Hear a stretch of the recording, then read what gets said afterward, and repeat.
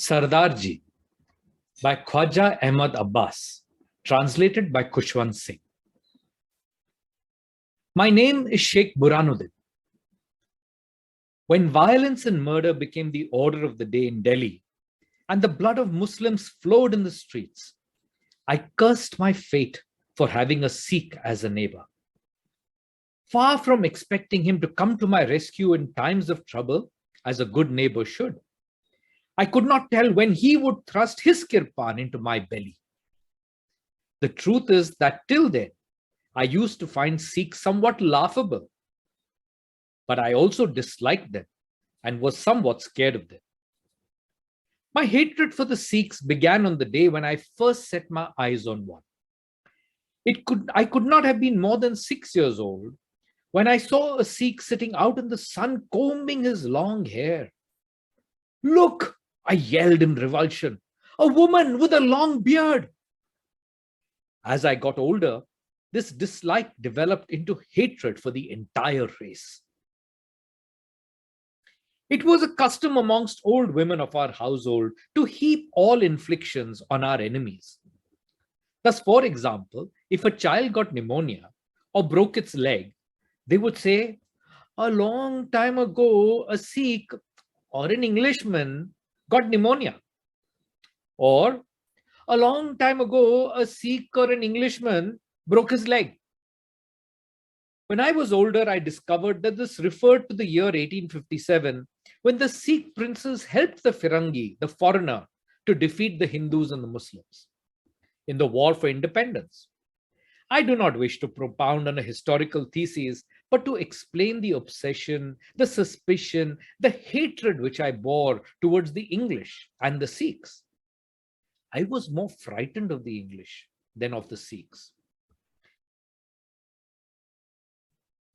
When I was 10 years old, I happened to be traveling from Delhi to Aligarh. I used to travel third class or at most in the intermediate class. That day I said to myself, let me for once travel second class and see what it feels like. I bought my ticket. I found an empty second class compartment.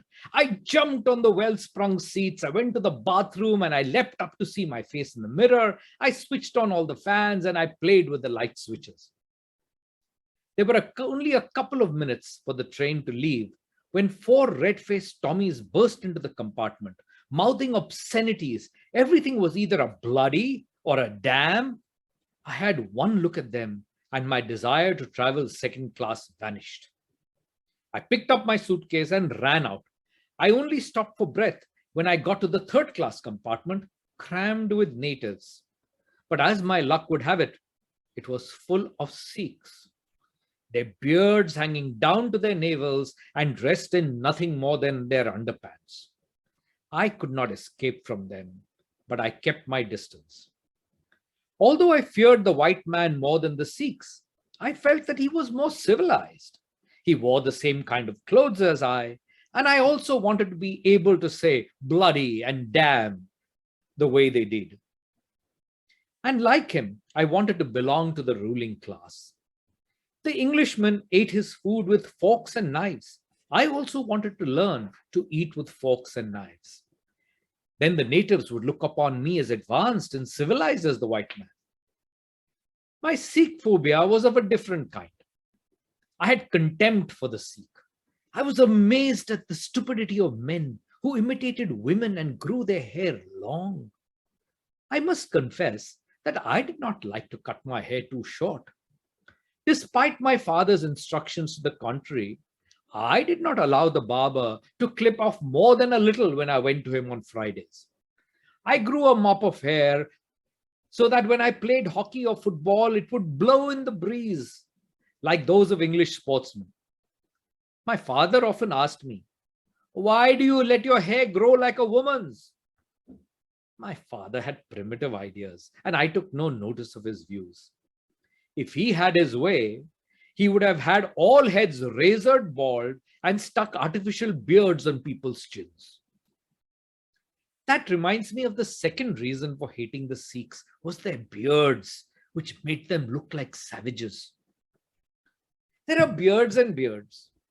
There was my father's beard, neatly trimmed in the French style. or my uncle's, which went into a sharp point under his chin. But what could you do with a beard to which no scissor was ever applied, and which was allowed to grow like a wild bush, fed with a compost of oil, curd, and goodness knows what? And after it had grown a few feet, combed like hair on a woman's head. My grandfather also had a long beard, which he combed. But then, my grandfather was my grandfather. And a Sikh is just a Sikh. After I passed my matriculation exam, I was sent to the Muslim University at Aligarh. We boys who came from Delhi or the United Provinces looked down upon the boys from Punjab. They were crude rustics who did not know how to converse, how to behave at the table, or to deport themselves in polite company. All they could do was drink large tumblers of buttermilk.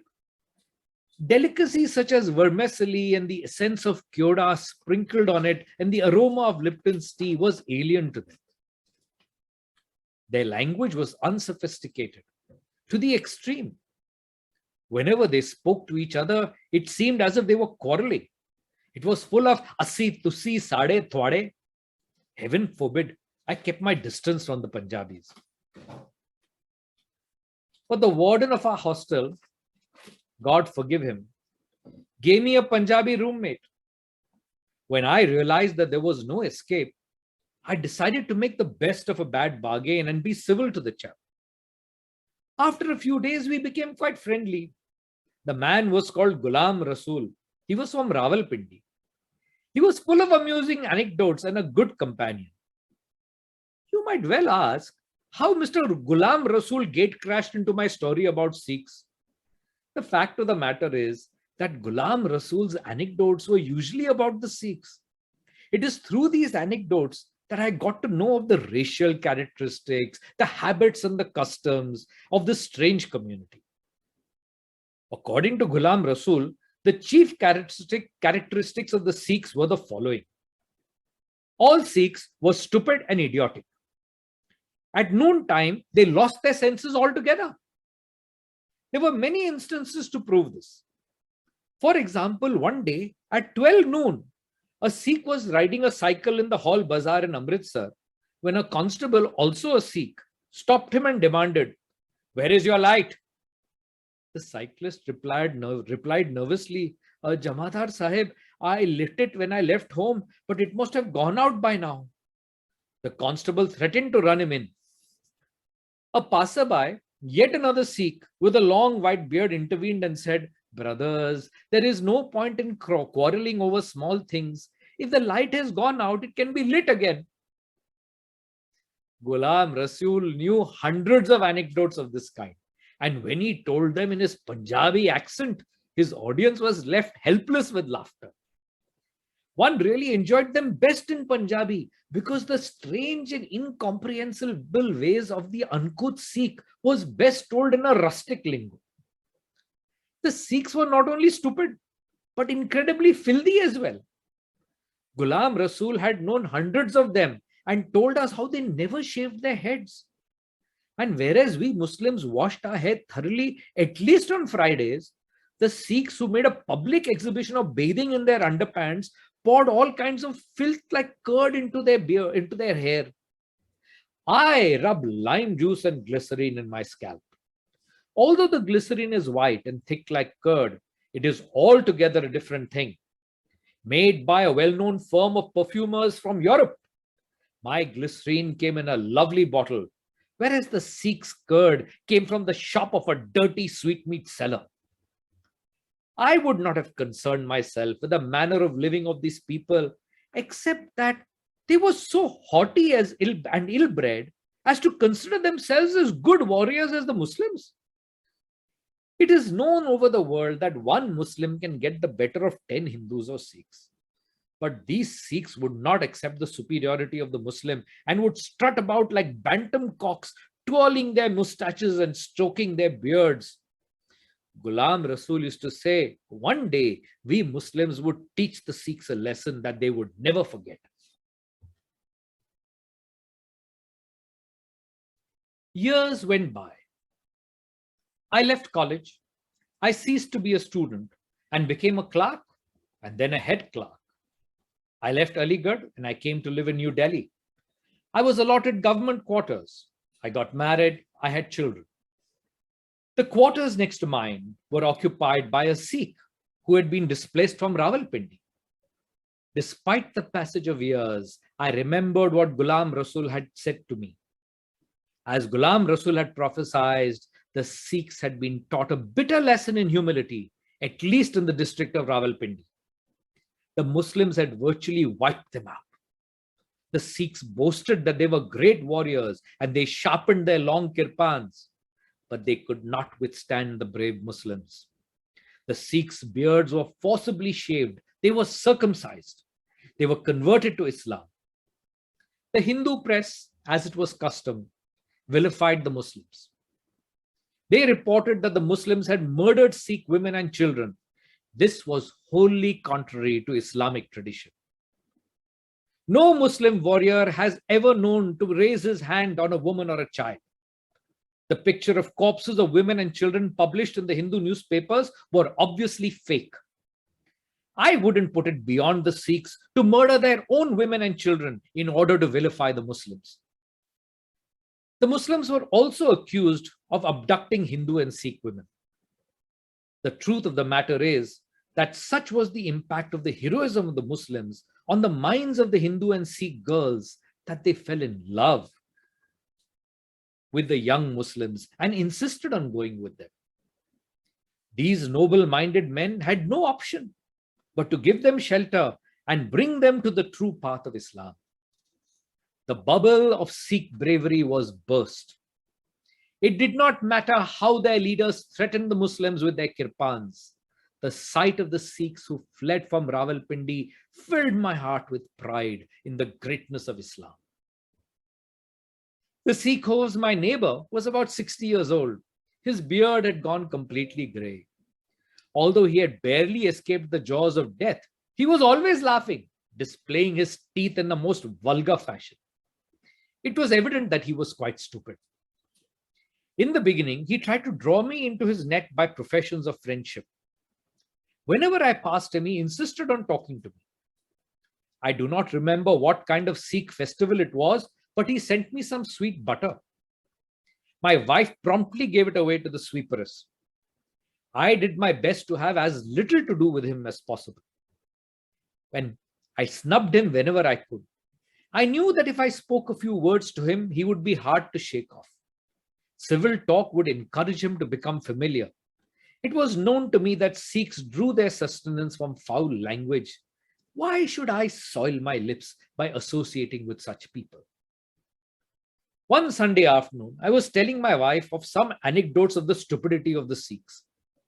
To prove my point, exactly at 12 o'clock, I sent my servant across to my Sikh neighbor to ask the time. He sent back the reply 2 minutes after 12. I remarked to my wife, "You see, they're so scared of even mentioning 12 o'clock." And we both had a hearty laugh. After this, many a time when I wanted to make an ass of my Sikh neighbor, I would ask him, "Well, Sardarji, has it struck 12? The shameless creature would grin, baring all his teeth, and answer, "Sir, for us it is always striking 12. And he would roar with laughter as if it were a great joke. I was concerned about the safety of my children. One could never trust a Sikh. And this man had fled from Rawalpindi. He was sure to have a grudge against Muslims and be on the lookout for an opportunity to avenge himself. I told my wife never to allow the children to go near the Sikh quarters. But children are children. After a few days, I saw my children playing with the Sikh's little girl, Mohini, and his other grandchildren. This child, who was barely 10 years old, was really beautiful, as her name indicated. She was fair and beautifully formed. These wretches have beautiful women. I remember Ghulam Rasul telling me that if all the Sikh men were to leave their women behind and clear out of Punjab, there would be no need for the Muslims to go to paradise in search of huris. The truth about the Sikhs was soon evident. After the thrashing in Rawalpindi, they fled like cowards to the East Punjab. Here they found the Muslims weak and unprepared, so they began to kill them. Hundreds of thousands of Muslims were martyred. The blood of the faithful ran in the streams. Thousands of women were stripped naked and made to parade through the streets. When Sikhs fleeing from West Punjab came to Delhi in large numbers, it was evident that there would be trouble in the capital. I could not leave for Pakistan immediately. Consequently, I sent away my wife and children by air with my elder brother and entrusted my own fate to God. I could not send much luggage by air. I booked an entire railway wagon to take my furniture and belongings. But on the day I was to load the wagon, I got information the trains bound to Pakistan were attacked by Sikh bands, and consequently my luggage stayed in my quarters in Delhi. On the 15th of August, India celebrated its independence. What interest could I have in the independence of India? I spent my day lying in bed, reading Dawn and the Pakistan Times. Both the papers had strong words to say about the manner in which India had gained its freedom and proved conclusively how the Hindus and the British had conspired to destroy the Muslims. It was only our leader, the great Muhammad Ali Jinnah, who was able to thwart their evil designs and win Pakistan for the Muslims. The English had knuckled under because of the Hindu and Sikh pressure and handed over Amritsar to India. Amritsar, as the world knows, is a purely Muslim city. Its famous Golden Mosque, or am I mixing it up with the Golden Temple? Yes, of course, the Golden Mosque is in Delhi. And in Delhi, besides the Golden Mosque, there are the Jama Masjid, the Red Fort, the Mausolea of Nizamuddin and Emperor Humayun, the tomb and the school of Sardarji. Just everything worthwhile bears the imprints of Islamic rule. Even so, this Delhi, which should really be called after its Muslim builder Shah Jahan as K.A.Abbas, was to suffer the indignity of having the flag of Hindu imperialism unfurled on its ramparts. My heart rent asunder. I could have shed tears of blood. My cup of sorrow was full to the brim when I realized that Delhi, which was once the footstool of the Muslim empire, the center of Islamic culture and civilization, had been snatched out of our hands. Instead, we were to have the desert wastes of the West, Punjab, Sindh and Baluchistan, inhabited by uncouth and uncultured people. We were to go to a land where people did not know how to talk civilized Urdu, where men wear baggy salwars like their women folk, where they eat thick bread 4 pounds in weight instead of the delicate wafers we eat at home. I steeled myself. I would make this sacrifice for my great leader Jinnah and for my new country Pakistan. Nevertheless, the thought of having to leave Delhi was most depressing. When I emerged from my room in the evening, my Sikh neighbor bared his fangs and asked, "Brother, did you not go out to see the celebrations?" I felt like setting fire to his beard. One morning, the news spread of a general massacre in Old Delhi. Muslim homes were burnt in Karol Bagh. Muslim shops in Chandni Chowk were looted. This then was the sample of Hindu rule. I said to myself, New Delhi is really an English city. Lord Mountbatten lives here, as well as the commander-in-chief. At least in New Delhi, no hand will be raised against Muslims. With this self-assurance, I started towards my office. I had to settle the business of my provident fund. I had delayed going to Pakistan in order to do so. I had only got as far as Gole market when I ran into a Hindu colleague in the office. And he said, "What on earth are you up to? Go back at once. Do not come out of your house. The rioters are killing Muslims in Connaught Circus." I hurried back home. I barely got to my quarters when I ran into my Sikh neighbor. He began to reassure me, "Sheikh ji, do not worry. As long as I am alive, no one will raise a hand against you." I said to myself, how much fraud is hidden behind this man's beard? He is obviously pleased that the Muslims are being massacred, but expresses sympathy to win my confidence. Or is he trying to taunt me? I was the only Muslim living in the block, and perhaps the only one on the road. I did not want these people's kindness or sympathy. I went inside my quarter and said to myself, if I have to die, I will kill at least 10 or 20 men before they get to me. I went to my room where beneath my bed, I kept my double-barreled gun. I had also collected quite a hoard of cartridges. I searched the house but could not find the gun. What is Huzur looking for? Asked my faithful servant Mohammed. What happened to my gun? He did not answer, but I could tell from the way he looked that he had either hidden it or stolen it. Why don't you answer? I asked him angrily. And he came out with the truth. He had stolen my gun and given it to some of his friends who were collecting arms to defend the Muslims in Daryaganj. We have hundreds of guns, several machine guns, 10 revolvers and a cannon. We will slaughter these infidels. We will roast them alive. No doubt, with my gun, you will roast the infidels in Daryaganj. But who will defend me here? I am the only Mussalman among these savages. If I am murdered, who will answer for it? I persuaded him to steal his way to Daryaganj to bring back my gun and a couple of hundred cartridges. When he left, I was convinced that I would never see him again. I was all alone. On the mantelpiece was a family photograph. My wife and children stared silently at me.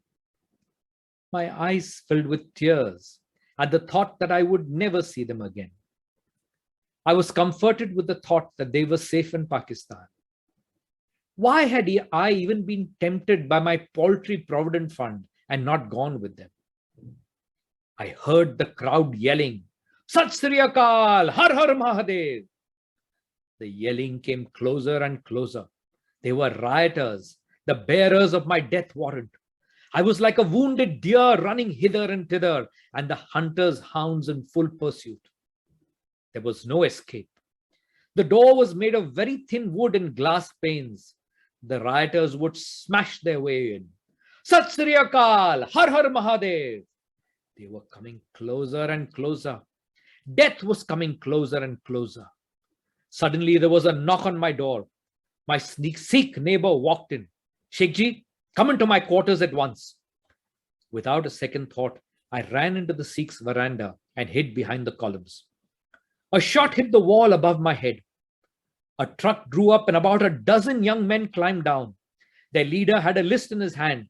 Quarter number 8, Sheikh Buranuddin. He read my name and ordered his gang to go ahead. They invaded my quarters and under my very eyes proceeded to destroy my home. My furniture, boxes, pictures, books, druggets, carpets, and even the dirty linen was carried into the truck. Robbers, thugs, cutthroats. As for the Sikh, who had pretended to sympathize with me, he was no less a robber than they. He was pleading with the rioters, Gentlemen, stop. We have a prior claim to our neighbor's property. We must get our share of the loot. And he beckoned to his sons and daughters. All of them gathered to pick up whatever they could lay their hands on. One took my trousers, another a suitcase. They even grabbed my family photograph and they took the loot to their quarters. You bloody Sikh. If God grants me life, I will settle my score with you. At this moment, I cannot even protest. The rioters are armed and only a few yards away from me. If they get to know of my presence, please come in. My eyes fell on the unsheathed kirpan in the hands of the Sikh. He was inviting me to come in. The bearded monster looked more frightful after he had soiled his hands with my property. There was the glittering blade of his kirpan inviting me to my doom. There was no time to argue between the guns of the rioters and the saber of the Sikh. I decided rather the kirpan of the old man than 10 armed gangsters, and I went into the room hesitantly and silently.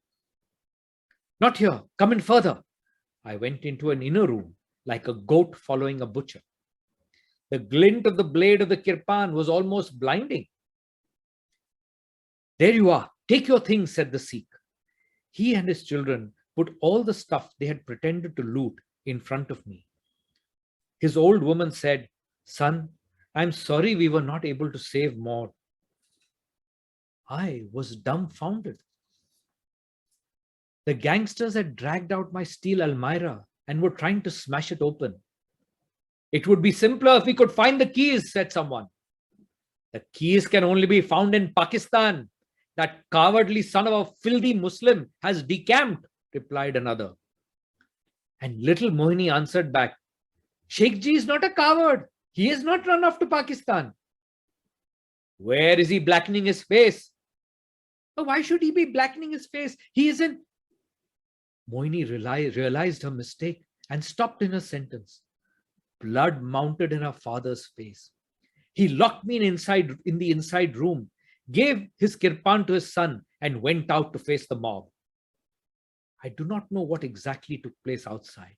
I heard the sound of blows and then Mohini crying, and then the Sikh yelling full-blooded abuse in Punjabi, and then a shot, and the Sikh's cry of pain, "Hi!" I heard a truck engine starting up, and then there was a petrified silence. When I was taken out of my prison, my Sikh neighbor was lying on a charpoy. Beside him lay a torn and blood-stained shirt. His new shirt was also oozing with blood. His son had gone to the telephone for a doctor.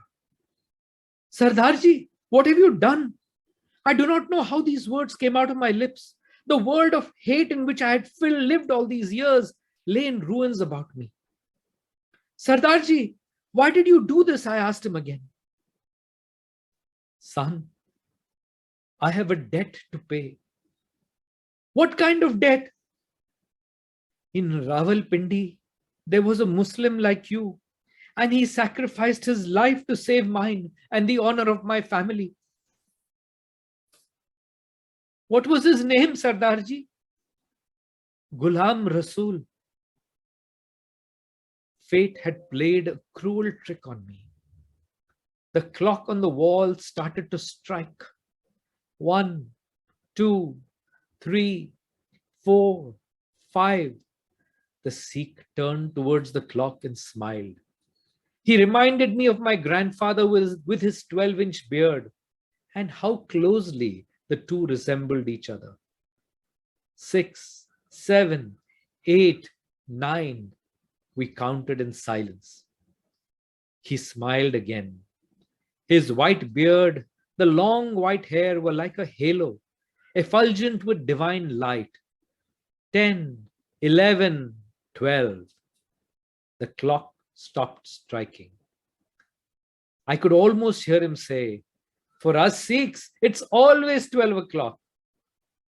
But the bearded lips, still smiling, were silent. And I knew he was already in some distant world where the striking of clocks counted for nothing, where violence and mockery were powerless to hurt him. Sardarji by K.A.Abbas, translated by Kushwant Singh.